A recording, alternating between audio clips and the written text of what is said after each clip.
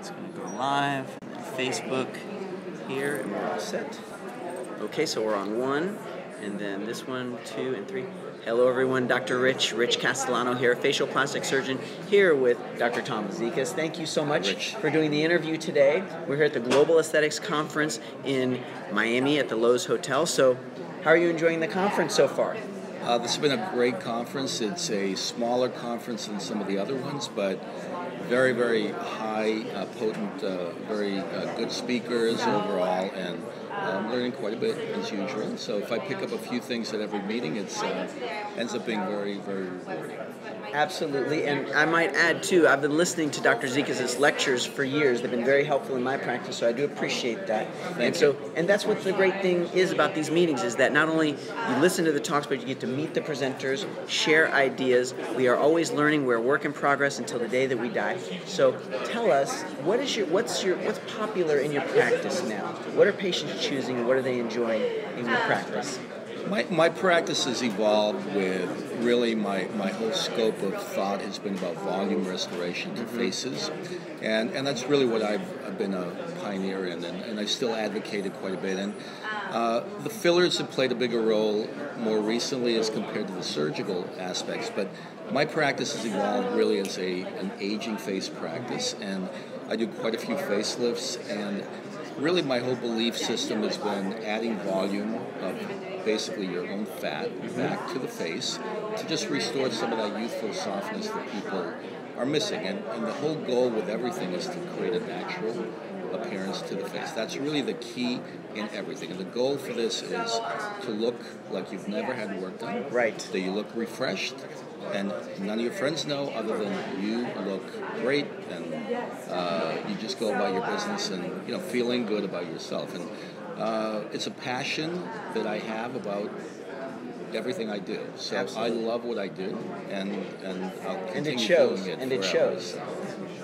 And I think we all gravitate to what we like to do. So if you become really good at something, you gravitate to it more, and your patients, you get a positive feedback. It keeps on feeding itself, and that happens over time with all of us. I love it. I love to hear that. And with fat grafting, certainly has an appeal for patients because they like the recycling theme in there, because they say, well, I've got some I want to give. Right. And of course, with fat grafting, it is highly dependent too on the doctor, because in my area, I do a lot of the aging face as well, and in my practice, I do more fillers. I've done a little bit of the fat grafting. I don't do as much in my practice, and a constant theme I hear in my area, a lot of patients will feel, well, they've done the fat grafting, but they felt it kind of went away. So it's really important that they choose the right doctor. Do you feel that what makes the difference where doctors that do the fat grafting and that they have better take ratios than those that do it and it just kind of all fades away? What do you think about that? I think there's definitely a huge learning curve to the procedure. And it sounds like a very simple thing to do, but it actually is very difficult to do to get consistent results. Yes. And quite honestly, it takes a good 7 to 10 years of doing this constantly to become very good at doing the procedure. Yeah. And there's a lot of little fine points to it. It's adding an adequate amount of volume. Most surgeons, I think, don't put enough fat in the face. They don't prepare the fat correctly. They don't inject it in the right plane. They'll inject it too superficially, or they'll put it in the lips or the areas that move a lot. So fat doesn't really get rid of those lines in those areas. And fat is misused as well. So fat is really not for eradicating lines in the face. Fillers are much better at that overall. Fat is very good for lifting the face and creating a youthful softness back to the face, elevating the mid and upper facial areas, where these areas are more static, and the fat stays in those regions. If you inject it correctly, you get good vascular supply. The fat cells live. So the fat needs the blood so that it can survive. Yeah, so you need blood supply to the fat.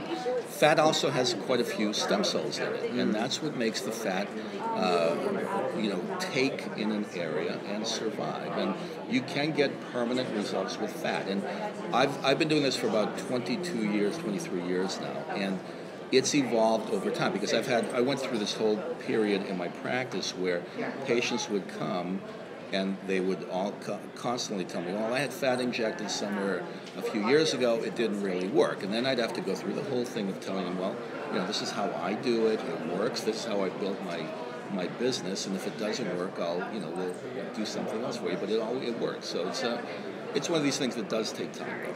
Bottom line is, do your research, do your homework, and find the right doctor for what you're looking for. So how can people find out more about you and learn more about what you're doing? Well, we have a website which has a lot of very, very good before and after photographs, and it's on zikasmd.com, and my last name is spelled Tzikasmd. Zikasmd.com. Zikasmd.com, and it's TZ. TZ, yes. Got it, very good. And I'm going to ask you another question. So you've had this successful career, you're doing a lot of teaching and impacting the doctors out there. What's your biggest challenge now in what you're doing? With all of your successes, where's the next challenges lie for you? Well, it was deciding what to do next, and I'm at the point in my career where I don't have to work as much, so I've slowed down my work schedule. Congratulations. Thank you. I still love what I do, and I'll never retire. I did bring on an associate about 2 years ago, and he also does facial plastic surgery, and he's working out very, very well.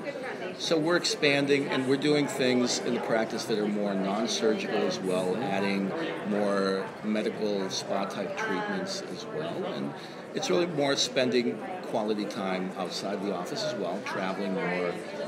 My wife and I are empty nesters, so it's traveling a bit more, spending more time doing other things as well. Those are great challenges to have. Dr. Zikas, thank you so much for Thank doing you the interview. My You pleasure. can find out more, look online. More interviews coming from the Global Aesthetics Conference in Miami at the Lowe's Hotel. Thank you for watching. We'll see you soon.